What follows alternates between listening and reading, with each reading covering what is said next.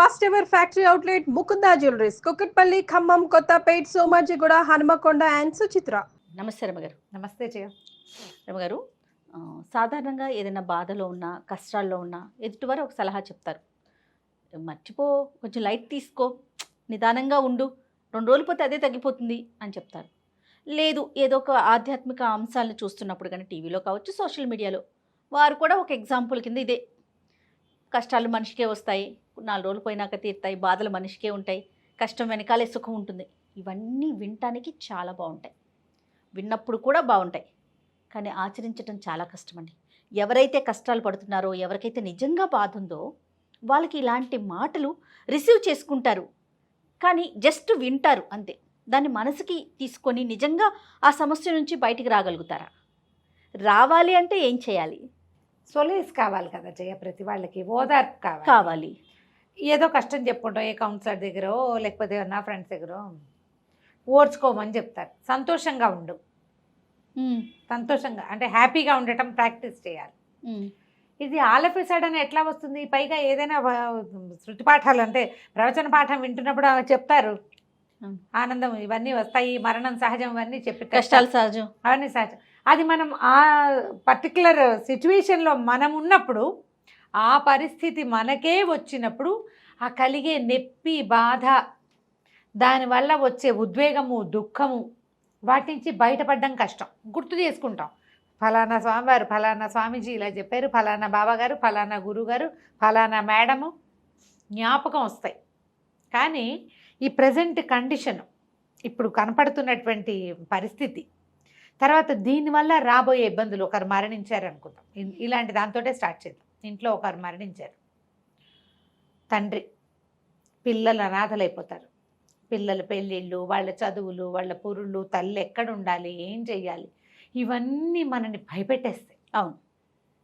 దీంతోపాటు ఈ వ్యక్తి మనతోటి లేడన్న భావన పిచ్చిగా కుంగదీసేస్తుంది మనని. తండ్రి లేరు, అమ్మ పరిస్థితి ఏంటి, తమ్ముడు పరిస్థితి ఏంటి, వాడి చదువు అవల, చెల్లాయి పెళ్ళి అవల, లేదా అదే అవల. ఇలాంటప్పుడు మనం ఏం చేస్తాము? భవిష్యత్తుని భయంకరంగా ఊహించుకుంటాం, ఏం చెయ్యాలో తెలియదు. ఇప్పుడు ఏ ప్రవచనకర్త వచ్చి మనకి చెప్తారమ్మా? ఎవరు చెప్తారు? అప్పుడు ఏం చెప్తారు? ఆ సమయానికి సంతోషంగా ఉండు అని చెప్తామా? చెప్పలేకపోతాం. అప్పుడు చెప్పాం, అమ్మ మనుషులు కాకపోతే మానలకు వస్తాయి, అయ్యో మహానుభావుడు వెళ్ళిపోయాడు, ఇక నువ్వు ధైర్యంగా ఉండాలమ్మా, ధైర్యంగా ఉండు, ధైర్యంగా ఉండు, ఉన్నవాళ్ళని చూసుకోవాలి, నువ్వే ఏంటి పెద్ద పిల్లవనో పెద్ద పిల్లాడివనో చెప్తారు. ఇక్కడ ఇప్పుడు సంతోషంగా ఉండు, దుఃఖం మర్చిపో కాదు, ధైర్యంగా ఉండు, నీకు సిచ్యువేషన్ని బట్టి కదా, సందర్భాన్ని బట్టి మారిపోతుంది అంటారు. ఈ సందర్భంలో చెప్పవలసింది ఏంటి? ధైర్యం. జీవితం మేమంతా ఉన్నాం, అందరం లేమా, చుట్టాలం ఇంతమంది ఉన్నాం, నీకేం ఇబ్బంది, చేస్తావో చేయవో మాట. అప్పుడు నువ్వు తీసి ఫలానా గురుగారి ప్రవచనం తీసి దుఃఖం మానేసి సంతోషంగా ఉండటం ఎలా అని వినిపిస్తే ఫోన్ పగలగొట్టి మొహం పగలగొడతారు వాళ్ళు, అంతే దుఃఖంలో. ఈ సిచ్యువేషన్లో మనం చెప్పవలసిన మాట ఏంటి? ధైర్యంగా ఉండు. నువ్వు ధైర్యంగా ఉంటే అమ్మ, చెల్లెలు, తమ్ముడు వీళ్ళు ధైర్యంగా ఉంటారు. ఇలాంటివి జరుగుతాయి జీవితంలో. ఈ కష్టం, మీ నాన్న కూడా ఇలాంటి కష్టాలే తట్టుకుని నిలబడ్డాడు, కష్టానికి తట్టుకుని నిలబడ్డవాడే నిజమైన మనిషి. ఇలా ఏవో వాక్యాలు చెప్తాం. సంతోషంగా ఉండు అని చెప్పరు. ఇలాంటప్పుడు సంతోషంగా ఉండటం వేరే వ్యవహారం. తట్టుకుని నిలబడ్డారు, ఆ పూట ఆగింది, 2వ రోజుకి తెల్లవారింది, 2వ రోజుకి ఏవో వ్యవహారాలు కొంత మటుకు సర్దుబాటు అయింది, కొంతమంది వచ్చారు రాలేదు, డబ్బు ఇబ్బందులు ఏవో నడుస్తూ ఉంటాయి. 4 రోజుల తర్వాత, 6 రోజుల తర్వాత మొదటి రోజున్న ఉద్వేగం ఉండదు. అవును. క్రమంగా వీళ్ళు దాన్ని తట్టుకుని నిలబడడం మొదలు పెడతారు. అప్పుడప్పుడు ఒక్కొక్కసారి చాలా దిగులుగా, ఒత్తిడిగా, తండ్రి లేని లోటు తెలుస్తూ కష్టంగా ఉంటుంది. అలాంటప్పుడు మనం పునరాలోచన చేయాలి, మనం విన్న వాక్యాలు జ్ఞాపకం చేసుకోవాలి. ఎవరైనా అప్పుడు చెప్పరు, మనం ఇంతకు ముందు విన్నవి జీవితంలో ఎదురెడ్డి పోరాడడం ఎట్లా అనే మాటలు జ్ఞాపకం చేసుకుని ముందుకెళ్ళాలి. ఇప్పుడు ఇది పెద్ద సిచ్యువేషన్. చిన్న చిన్నవి మనకు రోజువారీ వస్తాయి. ఎక్కడి నుంచో వెళ్తున్నావు, చేతిలో డబ్బులు పడిపోయినాయి, ఏడ్చినా రావు, కాసేపు ఏడ్చి జరగాల్సింది ఏదో చూడాలి. సంతోషించు అంటే ఎట్లా? పోతే పోయింది, సంతోషించు అంటే ఎక్కడైనా పడిపోయాం, కాలు విరిగింది, ఫోన్ లేరా నాయన, తలకు తగలేదు, ఫోన్ లేదు, ఇప్పుడు ఎక్కడెక్కడో తగిలింది అనుకో, నయం నెమరుగంత తగిలితే ప్రాణం పోను, కంటికి తగిలితే ప్రాణం పోను అనుకుంటామా? అవునవును. అప్పుడు ఏం చేస్తాం, మన సిచ్యువేషన్లో ఉన్న ఈ ఏమనాలి, ఏ జరగకూడని ఒక వ్యవహారం ఆగితే దాని గురించి ఆలోచించి ధైర్యంగా ఉండాలి. భార్య భర్త కొట్లాడుకుంటారు, నయం ఇది ఇంతకు ముందే అవ్వలేదు, నయం ఇంకాస్త ముందే తెలిసింది, అలా సర్దుకుంటే మనకి ధైర్యం వస్తుంది.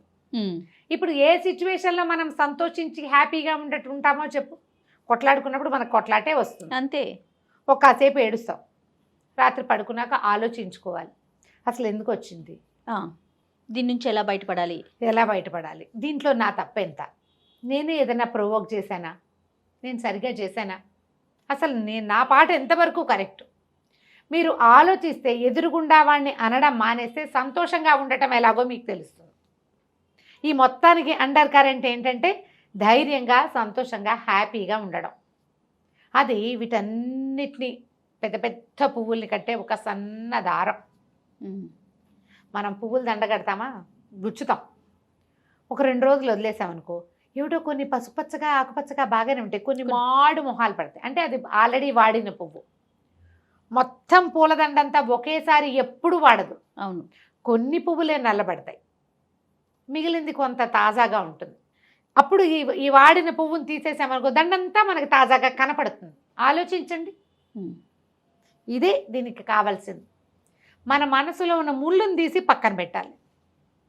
ఆ ముళ్ళుకి, ఆ మురికికి మనమే కారణమా అనేది ఆలోచించుకోవాలి.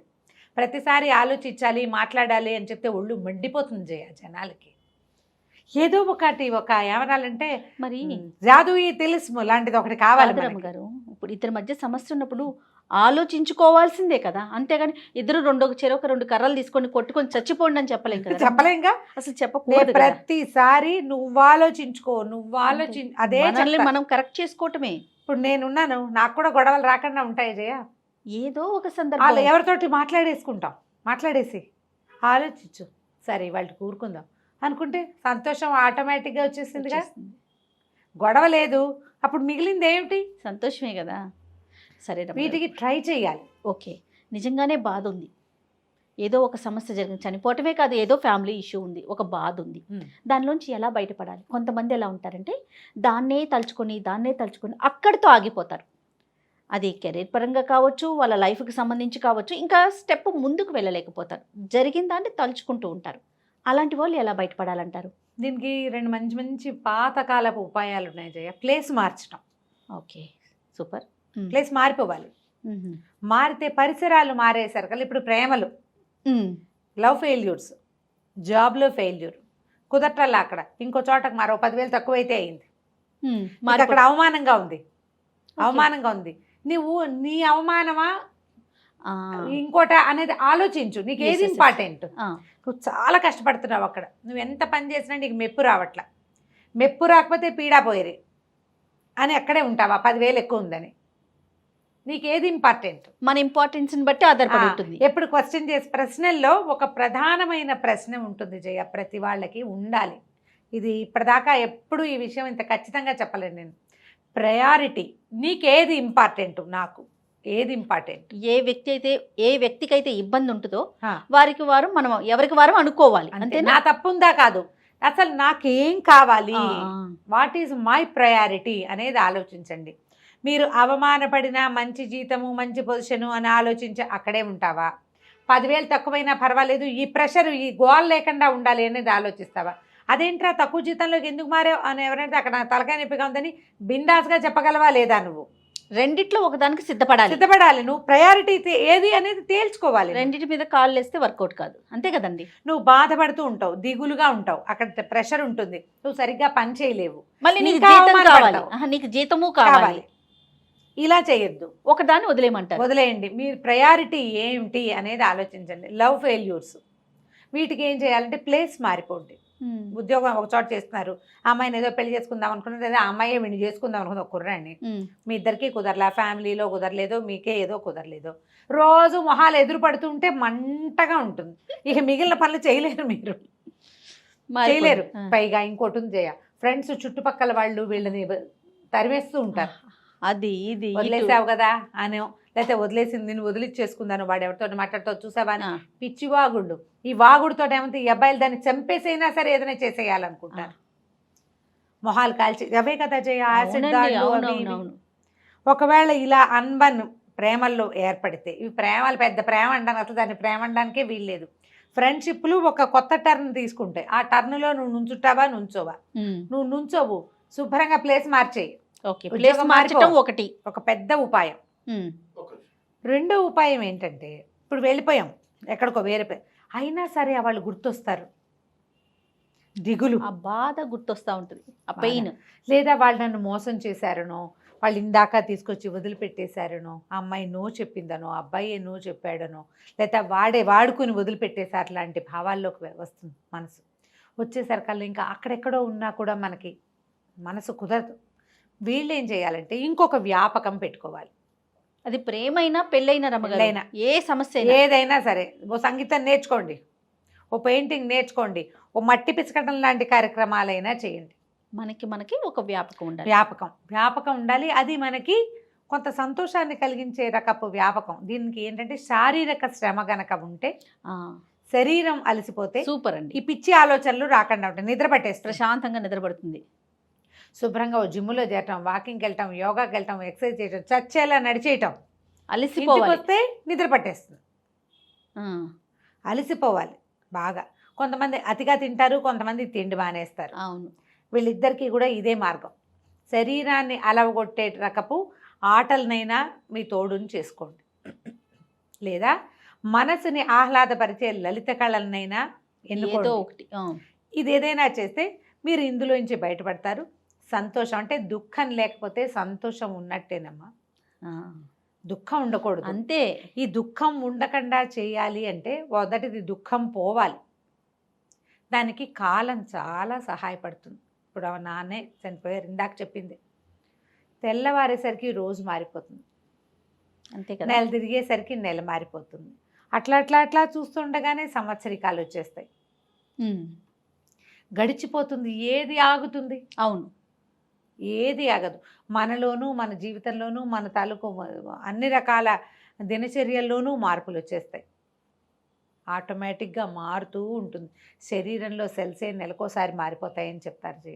అవునండి, ఎవ్వరి కోసం ఏది ఆగదు. మనం ఆగిపోకూడదు. కరెక్ట్ అండి. మనం ఆగద్దు. మీరు ప్రపంచంతో పాటు వెళ్ళండి. ఉమ్, ఇప్పుడు మనం పుట్టడంలో మన తాలూకు క్రియ ఏదైనా ఉందా? మనం పెరగటంలో కూడా ఏముండదు. ఏదో కొంత వయసు వచ్చాక అప్పుడు మన ఐడియాలు, మన ఆలోచనలు, ఐడియాలజీ, నా ప్రయారిటీసు అవన్నీ వస్తాయి. అంతకుముందు మనదేముంది? అవును. మన ప్రమేయం లేకుండా పుడతాం, పెరుగుతాం. అలాగే పోనివ్వండి జీవితాన్ని. మనం ఏ పని చేయటానికి, దేనికి ఉపయోగపడడానికి పుట్టామో మనకు తెలియదు. దానికోసం వెతకండి. అప్పుడు అలాంటి ప్రయాణం చేస్తే మనం ఎవరికైనా సహాయపడతాం. వాళ్ళు సంతోషిస్తే అది మనకి సంతోషం అవుతుంది. అంతే. చిన్ని నా బొజ్జకి శ్రీరామ రక్ష అని ఎప్పుడు నేను నా సంగతే చూసుకుంటూ నేనే అనుకుంటే ఈ నేను మీకు అంత సంతోషాన్ని ఇవ్వదు. మనం అనుకునే సంతోషం ఎస్, నేనుకి అంత ఉండదు. రైట్. ఇలా ఆలోచిస్తే మనం దుఃఖాన్ని జయించగలుగుతాం. సూపర్ అండి. కష్టం లేనివాడు ఎవ్వడు లేడమ్మా లోకంలో, ఎవ్వరు లేరు. బుద్ధ భగవానుడి దగ్గరికి ఒక ఆవిడ వచ్చిందట. నా కొడుకు చనిపోయాడు, పిల్లవాడిని బతికించు, నాకు ఒక్కడే కొడుకు, లేక కలిగాడు, భర్త కూడా లేడు, పిల్లాడు లేకపోతే నేను ఎట్లా బతుకుతానంటే పాపం కళేబరాన్ని పుచ్చుకుని తల్లి అట్లా నిలబడిందట. బుద్ధుడు చెప్పాడట, అమ్మ మరణం లేని ఇంట్లో నుంచి గుప్పెడు బియ్యం తీసుకురా, నీ పిల్లాన్ని బతికిస్తానని. ఆమె ఊరంతా తిరిగి వచ్చింది. మరణం లేని ఇల్లు ఉంటుందా? నేను చెప్తున్నాను, ఫెయిల్యూర్ లేని జీవితం అంటూ ఉండదు. కోటీశ్వరులు కూడా, అవునండి, బాన్ విత్ గోల్డెన్ స్పూన్ అయినా కూడా ఎక్కడో ఒక చోట ఖచ్చితంగా కనీసం హ్యాండ్ రైటింగ్లో అయినా ఫెయిల్ అవ్వాల్సిందే వాడు. ఏదో ఒకటి, అంతే, ఏదో ఒకటి. ఎంత చెట్టుకి అంత గాలిలాగా ఫెయిల్యూర్ లేని వాళ్ళే ఉండరు. మనం దేంట్లో ఫెయిల్ అయినా మనం బతికే ఉన్నాము అంటే బతికి చూపించాలని అర్థం. ఆ బతకటాన్ని సంతోషంగా స్వీకరించాలి. భగవంతుడు ఇచ్చిన వరం ప్రాణం. ఎస్, దీన్ని తీసేయటం, పారేయటం, అదేదోట ఎప్పుడు ఏడుస్తూ ఉండటం, ఒంటరిగా ఒక్కళ్ళే ఉండేవాళ్ళు లక్షల్లో ఉన్నారు ఇండియాలో. చుట్టుపక్కల వాళ్ళతో స్నేహం చేయండి. ఒకవేళ మీరు ఒంటరి వాళ్ళైతే నాకు ఎవ్వరు లేరని దుఃఖించద్దు, స్నేహం చేయండి. ఎక్కడికైనా అనాథ శరణాలయాలకు వెళ్ళండి, ఏదైనా నర్సరీలకు వెళ్ళండి, హాయిగా స్కూళ్ళకి వెళ్ళండి, స్కూల్లో పిల్లలకి ఏదైనా 4 మంచి వాక్యాలు చెప్పడానికి వెళ్తూ ఉండండి, పార్క్కి వెళ్ళండి సాయంత్రం అయ్యేసరికి. ప్రపంచంతో మీ సంబంధాన్ని పెంచుకోండి. మీరు ఎందుకు పుట్టారో మీకు అర్థమవుతుంది ఏదో ఒక పాయింట్లో. నేను ఎందుకు బతుకున్నాను అని తెలుస్తుంది. అవును అవును. ఎందుకు బతుకున్నామో ప్రశ్నించుకోవాలిగా. నేను ఎందుకు బతుకున్నాను రా దేవుడా, ఇంట్లో కూర్చుంటే ఎట్లా? నేను చెప్పిన ఇన్ని ప్రయత్నాలు చేయండి, నేను 4 చెప్పాను. 100 విషయాలు ఉంటాయి మీరు ప్రయత్నిస్తే. కరెక్ట్ రమ్మగారు. మీ పరిధిలో మీరు ఎంత మటుకు వెళ్ళగలరో అంత మటుకు వెళ్ళండి. ఎందుకు పుట్టామో, మనం ఎందుకున్నామో, ఎందుకు హాయిగా బతకాలో చివరి వరకు అది మనకి తెలియజేస్తుంది. ప్రయత్నం చేసి చూడాలంతే. తప్పకుండా. నమస్తే. నమస్తే.